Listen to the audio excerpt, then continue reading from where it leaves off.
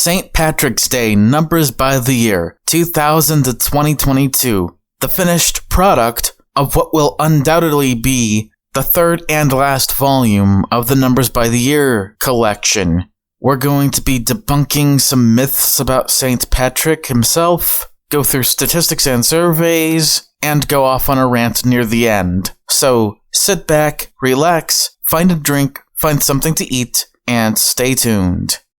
Hello everybody, I am Brian Mullins the Fox, your delightful host, and welcome to the first actual Numbers by the Year series of Volume 3, the third and final volume. First, before we get into the statistics and some surveys, let's debunk some myths about St. Patrick himself by reading an article written and published by Spencer D. White on the OHWU Eagle webpage, which is an article website for Oklahoma Wesleyan University. Let's let a text-to-speech bot read this for us. Another Saints' Day adopted by secular culture is upon us. March marks the celebration of the British saint, St. Patrick. What's the big deal with this man, and why did I write British? Wasn't St. Patrick Irish? St. Patrick, having not faded into the background of his holiday like St. Valentine, is the center of many myths and legends. Some of the assumptions surrounding Patrick are true and others false. This information can be found in the book How the Irish Saved Civilization by Thomas Cahill. 1. St. Patrick was Irish. Nope. St. Patrick may have adopted Ireland as his home, but he was a Brit through and through. St. Patrick, or Maewyn Succat, was born to a British family of Roman citizens in the early 5th century AD. He writes with regret of his adolescence in his confession, "At that time, I did not know the true God." He was kidnapped by pirates at 16 and sold into slavery in Ireland. It was here he learned the language and culture. A few years later, after Patrick repented, he was praying one day, and God told him to leave Ireland. He found a ship and embarked back to England. 2. St. Patrick used a shamrock to preach and explain the Trinity. This story is highly likely, but unconfirmed. St. Patrick was passionate about the Trinity, and Celtic Christianity as a whole is known for its robust poetry, prose, and art, both explaining and worshipping the Trinity.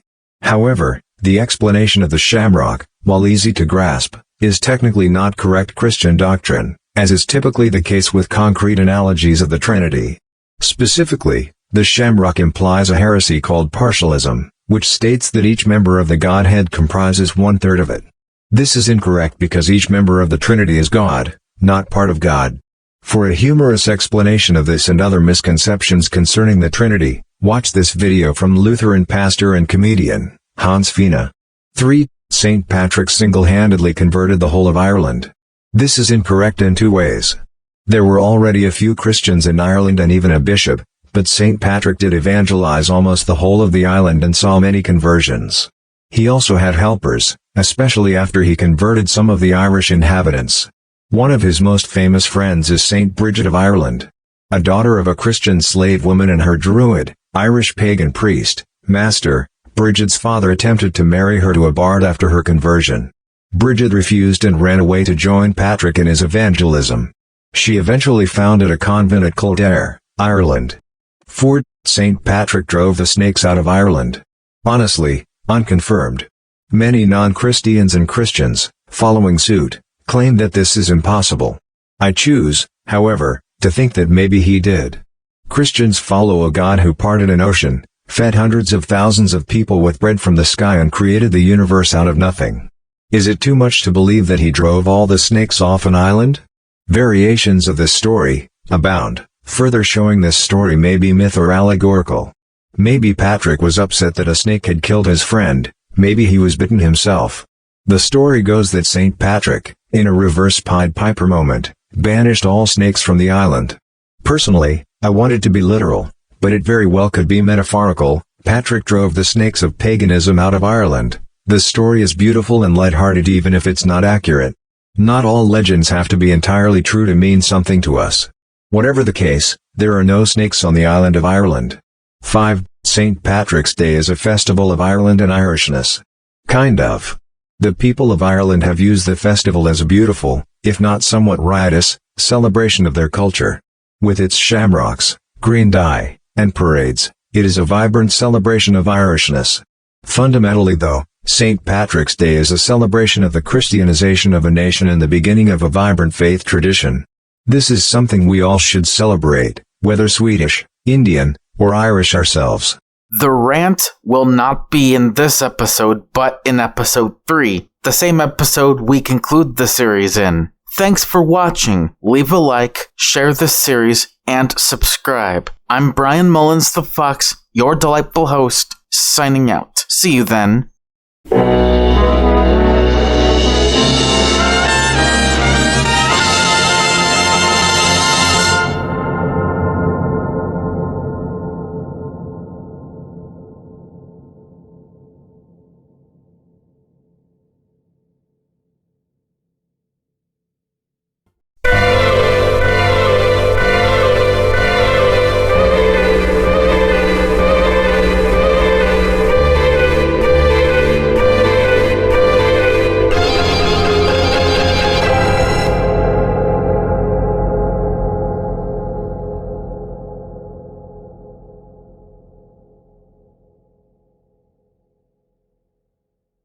St. Patrick's Day Numbers by the Year, 2000 to 2022. The finished product of what will undoubtedly be the third and last volume of the Numbers by the Year collection.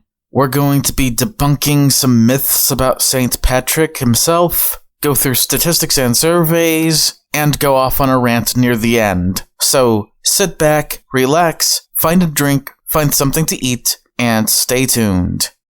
Hello everybody, I am Brian Mullins the Fox, and welcome to episode 2 of St. Patrick's Day Numbers by the Year. Let's go over statistics. This whole data set is according to the National Retail Federation. Let's start with the percentage of people who celebrate St. Patrick's Day from 2009 to 2022. Couldn't find anything further back than 2009. 2009.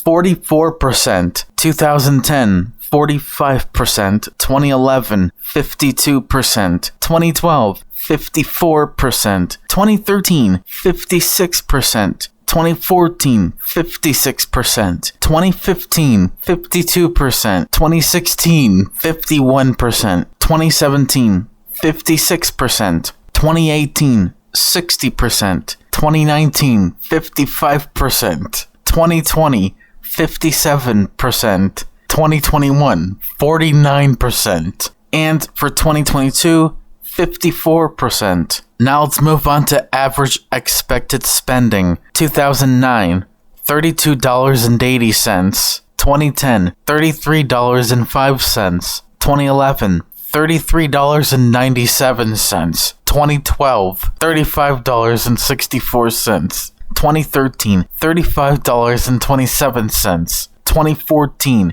$35.78. 2015, $36.52. 2016, $35.37. 2017, $37.92.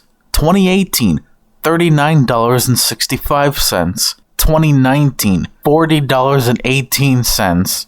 2020, $42.96. 2021, $40.77. And for 2022, $42.33. And finally, let's move on to total expected spending. 2009, $3.29 billion. 2010, $3.44 billion. 2011, $4.14 billion. 2012, $4.55 billion. 2013, $4.72 billion. 2014, $4.77 billion. 2015, $4.63 billion. 2016, $4.44 billion. 2017, $5.27 billion. 2018, $5.92 billion. 2019, $5.61 billion. 2020, $6.16 billion. 2021, $5.14 billion. And finally, 2022, $5.87 billion. And here are the other irrelevant surveys from the National Retail Federation when it comes to St. Patrick's Day. And here's a random St. Patrick's Statista survey from 2022. And that is going to do for episode 2 of St. Patrick's Day Numbers by the Year 2000 to 2022. I am your delightful host, Brian Mullins the Fox, signing out. We're nearly done with this series. All we need to do is rant. See you then.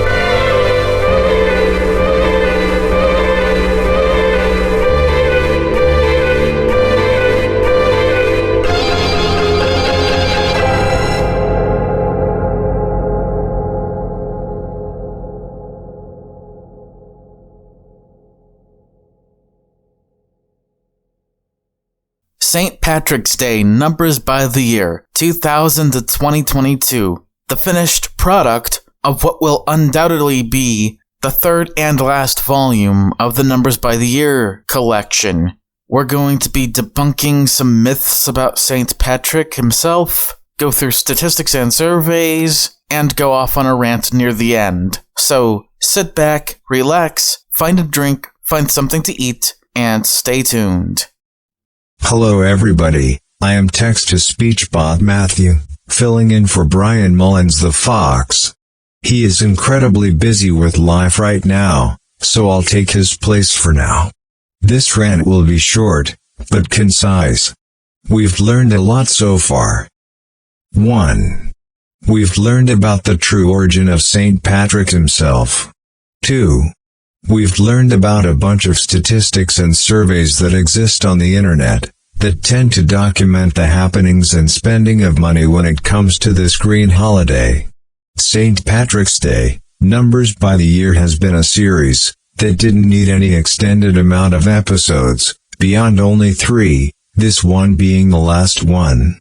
It has been a long-ass time since I went deep into a holiday this exact way, but it's pretty damn worth it.